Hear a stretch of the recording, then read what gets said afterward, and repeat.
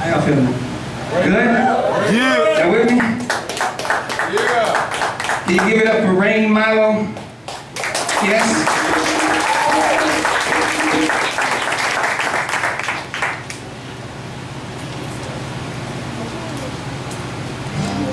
So, I don't know what else I'm gonna say. I'm not good at banter between poems. But here's a poem. Hope you like it. What's that? You want me to do Halloween? I'm gonna do that piece. What I'm gonna do is I'm gonna do a piece, and I'm gonna lean into Halloween.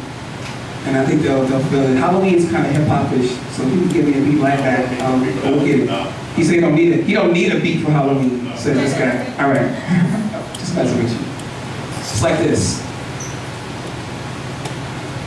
How many of y'all feel like we don't love each other enough? Like, as human beings, we're not showing enough love. If you agree with that statement, please clap. You feel like we show too much love? Where's the sister with an I Love Haters shirt on? You should clap, because you're not getting enough love. Jay-Z said, that's his Achilles heel. I think he gets enough love. Most of us don't get enough love. We don't love each other enough. And so this piece is for that. And I'm gonna move right into another piece, and then I'll go right to Halloween. For how much longer will we linger in despair? How many more seasons of reason with a stare like a wall, and for all the degrees of true care? How much longer will we heed to the need for the chair or the throne? We sit on the top of our domes, so very high up and so very alone in our fears.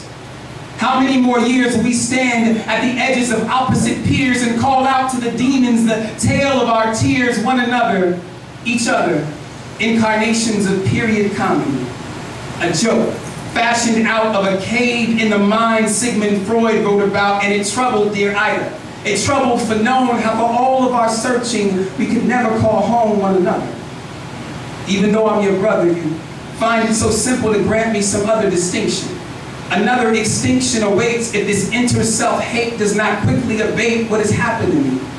That I now call you bitch and not sister or queen, what engendered the switch? How many more fathers refusing to quit? How many young brothers effusing some wit will it take to negate the trigger of it when you state, face straight, that niggas ain't shit? What has happened to us? There's a crack in our trust. Less clear and more queer than the back of the bus, up from slavery and higher, and we've gotten above. Now for all of this rising, we've forgotten to love one another. How far can you go? Would you call your own mother a bitch or a hoe? Oh, but that's not the same. Oh, but it's just a game. If we do not subside, we will die all the same. Shall we try all the same slack-minded decisions? We can't thrive in the reign of this blinded derision. How long will it take for us to suffer the unfortunate fate of our sister and brotherhood? How long will it take for us to realize that to really relate, we must stop and acknowledge our future and fate cannot ever survive if we thrive in self-hate? The time is now. Our future awaits. Our offspring will take what our actions create. Our children will feed from our dubious glove. Will we poison with hate or feed them with love?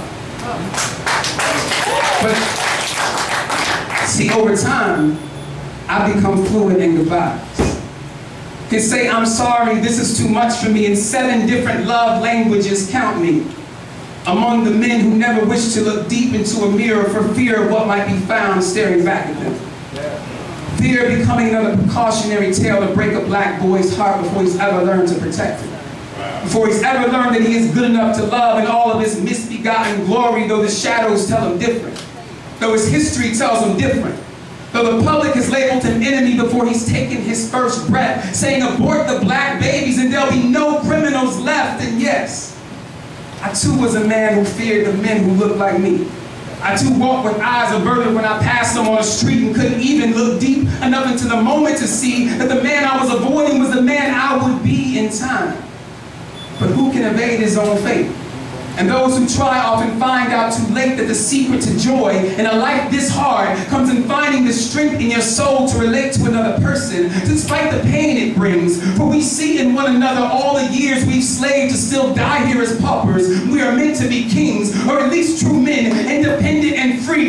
anointed, not nigga, not dog, just me, just a black boy bewildered by the things he can't see in this. This is for black boys who considered suicide when this place was too much. For the niggas who mask all their pain with touch and a snake bite of liquor. They roll up a Dutch and move into the night facing death's frigid clutch. This is for rolling stones who leave their families alone. And for wandering souls who won't find their way home tonight. Still trying to find how to encounter those tears. This is for a father who after 50-odd years still can't find the words to turn a dream deferred into a promised bloom. This is for when the bleeding stops and all that's left is the wound. And the question of how to heal what society has doomed. How to conjure the strength to enter a room and say, I'm still here. Battered, bruised, but alive and willing to pay all my dues.